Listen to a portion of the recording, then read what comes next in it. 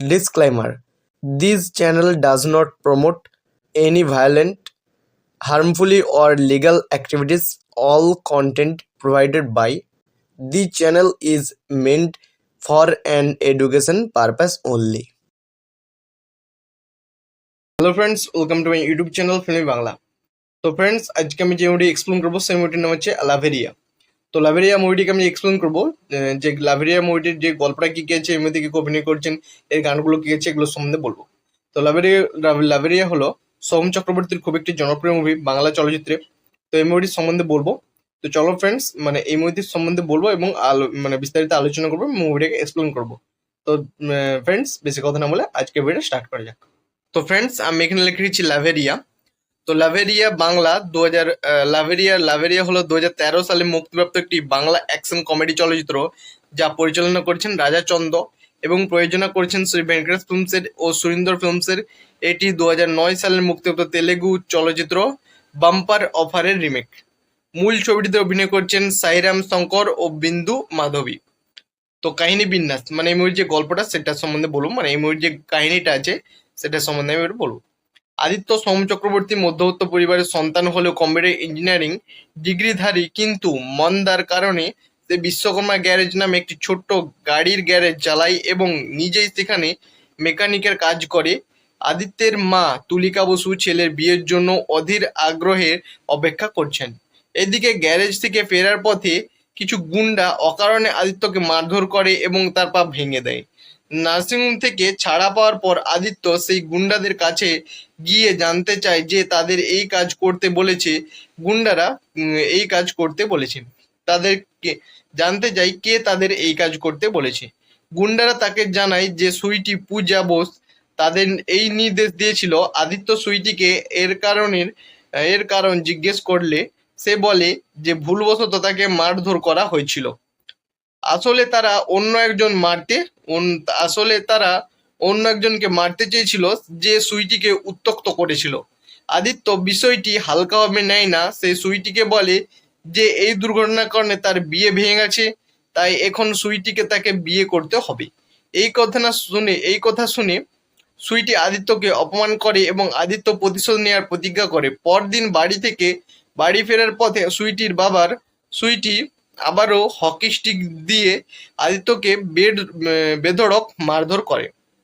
আদিত্যর বাধা দেওয়ার চেষ্টা করে এবং ঘটনাক্রমে সুইটির আঘাত তার সেই ভাঙা পাটিতেই লাগে, যার ফলে পাটি আবার ঠিক হয়ে যায়। তখন আদিত্য সুইটিকে বলে যে সে তার প্রেমে পড়েছে এবং আজ থেকে সে আদিত্যের জন্য বুকট নির্ধারিত। এতে সুইটি ভীষণ রেগে যায়। এদিকে সুইটির মা নিজের গাড়ি সারাতে আদিত্যের গ্যারেজে আসেন। সেখানে তিনি একটি সিনেমার পোস্টার দেখতে পান, যাতে এক দম্পতির আপত্তিকর ছবি ছিল। একজন সমাজকর্মী ও নারী অধিকার কর্মী হিসেবে তিনি সঙ্গে সঙ্গে সংবাদ মাধ্যমকে সেখানে ডেকে আনেন। তিনি দাবি করেন যে সিনেমাটি নিষিদ্ধ করা উচিত এবং এমন পোস্টার রাখার অপরাধে গ্যারেজটি বন্ধ করে দেওয়া উচিত। আদিত্য সুইটির মায়ের এই অবস্থানের বিরোধিতা করে বলে যে সিনেমাটিকে আসলে ততটা আপত্তিকর নয় যতটা বলা হচ্ছে এবং তিনি অহেতুক বাড়াবাড়ি করছেন। এই ঘটনায় সুইটির মা আদিত্যের ওপর অত্যন্ত ক্ষিপ্ত হয়ে ওঠেন এবং তার স্বামীর কাছে এই বিষয়ে অভিযোগ জানান। আদির ওপর ক্ষোভে বশবর্তী হয়ে তিনি একদিন তার বাবার কাছে একটি পিস্তল চান, যার উদ্দেশ্য ছিল আদিকে হত্যা করা। সুইটি পিস্তল নিয়ে আদির গ্যারেজে পৌঁছয় এবং তাকে লক্ষ্য করে গুলি চালাতে শুরু করে। আদি কোনো মতে পালিয়ে বাঁচতে সক্ষম হয় এবং সুইটিকে ধরে ফেলে, দড়ি দিয়ে বেঁধে রাখে। এরপর সুইটি আদির ভালোবাসা মেনে নেয় না। এদিকে আদিকে হত্যার চেষ্টার বিষয়টি দেখানোর জন্য আদির বন্ধুরা পুলিশকে খবর দেয়, কিন্তু পুলিশ উল্টে সুইটিকে অপমান করার অভিযোগে আদিকে গ্রেপ্তার করে। পুলিশ আদিকে মারধর করলে সে সুইটিকে বলে যে সে তার ভালোবাসা থেকে পিছু হাঁটবে না। পরে একজন আইনজীবী এসে আদিকে পুলিশ হেফাজত থেকে মুক্ত করেন। এদিকে আদির বাবা শান্তিময় মুখোপাধ্যায় রয়তবা দত্ত, যিনি সুইটির বাবা অধীনে কাজ করতেন। শান্তিময় আদির বাবাকে ডেকে, যিনি সুইটির বাবা অধীনে কাজ করেন। শান্তিময় আদির বাবাকে ডেকে সতর্ক করে দেন যেন আদি তার মেয়ের ধারে কাছে না গেছে। এরই মধ্যে আদি দেখতে পায় সুইটি দৌড়চ্ছে এবং এক ব্যক্তি তার পিছু ধাওয়া করেছে। আদি ভুল কারণ ধারণা করে বসে যে সুইটি হয়তো এই ব্যক্তির সাথেই তেমনি খারাপ আচরণ করেছে যেমনটা সে আদির সাথে করেছিল। তাই আদিও ওই ব্যক্তি মিলে সুইটিকে ধরে ফেলে এবং একটি নির্জন স্থানে নিয়ে যায়। সেখানে আদি জানতে পারে ওই ব্যক্তি সুইটিকে হেনস্থা করেছিল এবং তার চরিত্র নিয়ে একটু কথা বলেছিল। সত্য জানার পর আদি সুইটিকে অপমান করার দায়ে ওই ব্যক্তিকে মারধর করে। এই ঘটনার পর সুইটি আদিকে ভালোবাসা মেনে নেয় এবং তাকে প্রেমের প্রস্তাব দেয়। এরপর শান্তিময় রাস্তায় সুইটিকে আদির সাথে দেখতে পাই। শান্তিময় সুইটিকে আদির সাথে মেলামেশা না করার কথা বলে, কিন্তু সুইটি তার বাবার কথা শোনে না। তাই শান্তিময় আদির বাবাকে মারধর করার সিদ্ধান্ত নেয়। সুইটি বিষয়টি জানতে পারে আদিকে খবর দেয়। আদি তৎক্ষণাৎ বাবাকে বাঁচাতে শান্তিময়ের কাছে পৌঁছয় এবং দেখে যে তার বাবাকে মারধর করা হচ্ছে। আদি তার বাবাকে রক্ষা করে এবং শান্তিময়কে বলে যে সুইটিকে বিয়ে করবে। শান্তিময় আদিকে প্রস্তাব দেয়, যদি আদি শান্তিময়ের আয়ের 10% উপার্জন করতে পারে তবে সে সুইটির সাথে তার বিয়ে দেবে। আদি এই শর্তে রাজি হয় না, বরং সে শান্তিময়কে পাল্টা এক বড় চ্যালেঞ্জ ছুড়ে যায়। আগামী 6 মাসের মধ্যে সে শান্তিময়কে তার বাবার মতো নিজস্ব করে দেবে এবং বাবার গায়ে পড়া প্রতিটি আঘাতের প্রতিশোধ নেবে। সুইটি আদির এই সিদ্ধান্তে সমর্থন জানায়। এরপর আদি শান্তিময়ের স্থাবর অস্থাবর সম্পত্তি পরিমাণ সম্পর্কে খোঁজখবর নেয়। বিষয়টি জানার পর আদি কৌশলে গোপনে পরিবারের কথা জানতে পারে, যার কথা আর কেউ জানতো না। সে শান্তিময়ের এই গোপন স্ত্রী ও সন্তানকে সব সত্য ফাঁস করে দেয়, যার ফলে শান্তিময়ের সম্মান ধুলোয় মিশে যায়। এরপর আদি শান্তিময়কে সহকারী এবং তার সুইস ব্যাংক অ্যাকাউন্টের মক্কেলকে নিজের দলে ভেড়ায়। সে শান্তিময়কে ধোঁকা দিয়ে মুখ্যমন্ত্রী কাকার দীপঙ্কর দিয়ে কাছ থেকে ভিক্টোরিয়া মেমোরিয়াল কিনে সেখানে ক্যাসিনো বানানোর জন্য 30 কোটি টাকা হাতিয়ে নেয়, কিন্তু বাস্তবে মুখ্যমন্ত্রী মাত্র 1 কোটি টাকা পান। শান্তিময় কাছে ভিক্টোরিয়া পার্সেল নামে একটি পুরনো ভুতুড়ে বাড়ি বিক্রি করে দেন। বাকি টাকা সুইস ব্যাংক অ্যাকাউন্টে মক্কেল বিশ্বনাথ বসু আদির মধ্যে ভাগ হয়ে যায় এবং বাকি অংশ আদি গ্যারেজ রাখা হয়। এরপর শান্তিময়কে তার বাড়ি থেকে বের করে দেওয়া হয় এবং তার সমস্ত সম্পত্তি জমি দখল করে নেওয়া হয়। বিমানবন্দরের কাছে পড়ে থাকা একমাত্র সম্পত্তিটিতে একটি মন্দিরের রূপান্তরিত করা হয়। মানসিক অবসাদ ও দুশ্চিন্তার কারণে শান্তিময় হার্ট অ্যাটাকের শিকার হন, যা দেখে সুইটি তার বাবার স্বাস্থ্য নিয়ে উদ্বিগ্ন হয়ে পড়ে। সে আদিকে এসব কর্মকাণ্ড বন্ধ করার অনুরোধ জানালে আদি তাকে রাজি হয় না।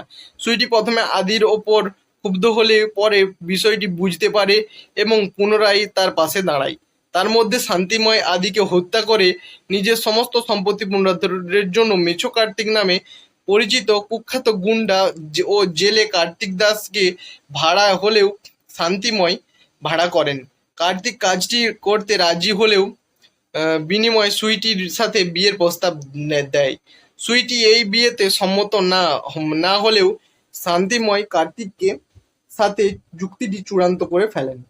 রাতে কার্তিক যখন শান্তিময় সম্পত্তি অন্তর্গত মন্দিরটি ভাঙচুর করে, তখন আদির বন্ধুরা সেই ঘটনার ভিডিও ধারণ করে পুলিশকে দেয়। ফলে অন্যের সম্পত্তি ধ্বংসের অভিযোগে কার্তিক গ্রেপ্তার হয়। পরবর্তী অবৈধ চিটফান্ড চালানো এবং শ্রমিকদের কাছ থেকে বেআইনি অর্থ হাতে নেওয়ার অভিযোগে শান্তিময়কে গ্রেপ্তার করা হয়। তবে জেল থেকে ছাড়া পাওয়ার পর কার্তিক আদিকে হত্যা ও সুইটিকে বিয়ে করার পরিকল্পনা করে। ভিত সন্তস্ত সুইটি আদিকে বিষয়টি জানায়। আদি তাকে নিরাপত্তার নিশ্চয়তা দেয় এবং কৌশলে কার্তিককে কাবু করে উত্তম মধ্যম দেয়। শান্তিময় জেল থেকে মুক্তি পাওয়ার মধ্যে দিয়ে সিনেমার সমাপ্তি ঘটে। আদি তাকে জানায় যে তার সমস্ত সম্পত্তি আসলে তার কাছে আছে এবং আগের ঘটনাগুলো ছিল কেবল তাকে সাহায্য করার একটি কৌশল। এরপর শান্তিময় ও আদির পরিবার একত্রিত হয় এবং আদি সুইটির বিয়ে সম্পূর্ণ হয়। তো আমি কাজ সম্বন্ধে আলোচনা করব, মানে এই মুহূর্তে যে গান মানে কে অভিনয় করছেন এটা সম্বন্ধে বলবো। তো আদিত্য চরিত্রে সোম চক্রবর্তী, সুইটির চরিত্রে পূজা বোস, সুইটির বাবার চরিত্রে বাবা শান্তিময় রায়ের চরিত্রে জয়তবা দত্ত, আদিত্যের মায়ের চরিত্রে তুলিকা বোস, আদিত্যের বাবার চরিত্রে সুপ্রিয়া দত্ত, আদিত্যের বন্ধুর চরিত্রে মিন্টু মল্লিক, অ্যাডভোকেট হিসেবে সুরজিৎ বন্দ্যোপাধ্যায়, ঘটক ঠাকুরের চরিত্রে সমিত মুখোপাধ্যায়, সুইস ব্যাংকের হিসাবরক্ষক হিসেবে বিশ্বনাথ বসু, কাকা হিসেবে দীপঙ্কর দে, মুখ্যমন্ত্রী, বাবুল চরিত্রে অরিত্র বণিক, শান্তিময়ের গোপন ছেলে। তো আমি সাউন্ড ট্র্যাক সম্বন্ধে আলোচনা করবো, মানে এই মুহূর্তে কোন গানগুলো আছে, লাইব্রেরির মুভিতে কোন গানগুলো আছে সেটা সম্বন্ধে বলবো। তো নম্বর 6 নম্বর গান, গায়কগুলির দৈর্ঘ্য। লাভেরিয়া মুভিতে ফার্স্ট গান হচ্ছে লাভেরিয়া টাইটেল ট্র্যাক, সৌমিত মুখার্জির গাওয়া এই গানটি 4:25 সেকেন্ডের লেন্থ। 2 নম্বর হচ্ছে জলওয়া, তো সৌমিত মুখার্জি এবং প্রিয় চট্টোপাধ্যায়, সৌমিত মুখার্জি গাওয়া এই গানটি 3:43 সেকেন্ডের লেন্থ। 3 নম্বর হচ্ছে ও সোনা, সৌমিত মুখার্জি, মোনালি ঠাকুর, সৌমিত মুখার্জির গাওয়া এই গানটি 4:17 সেকেন্ডের লেন্থ। 4 নম্বর হচ্ছে 24 সৌমিত মুখার্জি, জুন ব্যানার্জি, সৌমিত মুখার্জি গাওয়া এই গানটি 3:42 এখানে লেন্থ। তো ফ্রেন্ডস, এই ছিল আজকে ভিডিও যদি ভালো লাগে থাকে তো প্লিজ ভিডিওতে একটা করে লাইক করবে, চ্যানেল যদি কোনো বন্ধু নতুন থাকো প্লিজ চ্যানেলটাকে সাবস্ক্রাইব করবে, পাশে থাকা বেল আইকনটাকে দেবে অল সিলেক্ট করবে, যখন আমি কোনো ভিডিও করবো সর্বপ্রথম কিন্তু নোটিফিকেশনগুলো তোমাদের কাছে পৌঁছাবে। তো লাইক কমেন্ট করতে কিন্তু কোনো বন্ধু ভুলবে না। চলো ফ্রেন্ডস, দেখা হচ্ছে নেক্সট ভিডিওতে।